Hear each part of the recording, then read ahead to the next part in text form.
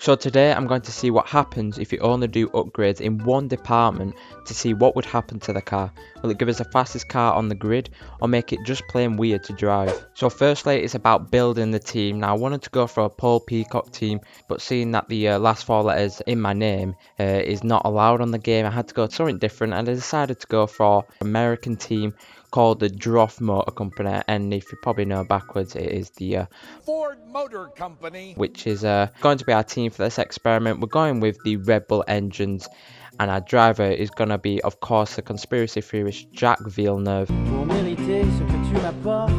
with our logo also being a deer, and the car is also going to be camouflage, and that has got to be the most American team you can probably build on F122. So for this experiment, we are going to do the only chassis side to the car. We're not going to do engine, durability or aero. I felt like chassis would be the better option. So we come up to the Will Buxton interview, and as you know, you might not know, he does answer questions based on what department you want to improve on. So I've just answered all the chassis questions to give us basically the best department possible and give us as many upgrades as possible. In these settings, I'm going to up all the resource rates and cash you can get just to give us the best opportunity to do the upgrades as fast as possible. We are going to do a 10 race season. So we did our first upgrades on the chassis, which was the heave dampers, and in the first race, if we compare the actual full race time, we are about 25 seconds overall from the front guys. So we're going to try our hardest to try get that time down as much as possible, possibly get a podium or win the race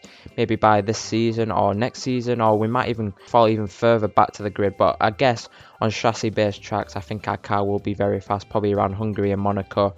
And by the fourth race in season 1, we actually had the best chassis on the grid. So coming to the end of season 1, unfortunately we had a regulation change, and this time it hit the chassis department. So we're going to try our best to try save all these upgrades we had on the car, but we are pretty close to maxing out all the chassis department, but this is going to probably put us back a couple upgrades for season 2. So at the end of season 1, at the last race, we finished only 20 seconds behind the leaders, so we pretty much saved 5 seconds. So at the start of season 2, we unfortunately couldn't save 5 parts for the department. So a couple of races on, we actually managed to get all the upgrades back, and we managed to improve the department with the cash side in upgrading the actual department itself, not just the upgrades. So we managed to do 2 things at once, and then we eventually came up to Monaco in season 2, and we got our first podium on a chassis dominant track. So it kind of works in the game that if you go down one department,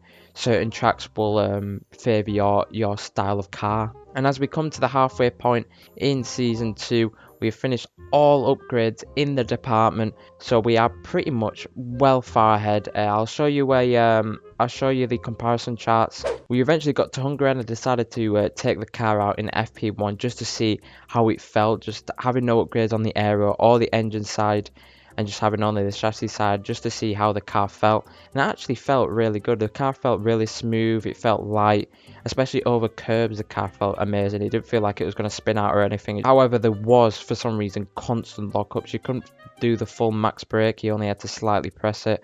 So seeing that we've got the full upgrades on the car, I decided to sim the rest of the season with the AI just to see what they could do with the car. So we got to the end of the season, and with our car we managed to get a win with Jacques Villeneuve in Hungary, and also the third position we got in Monaco, which gave us an overall finish of 5th in the constructors.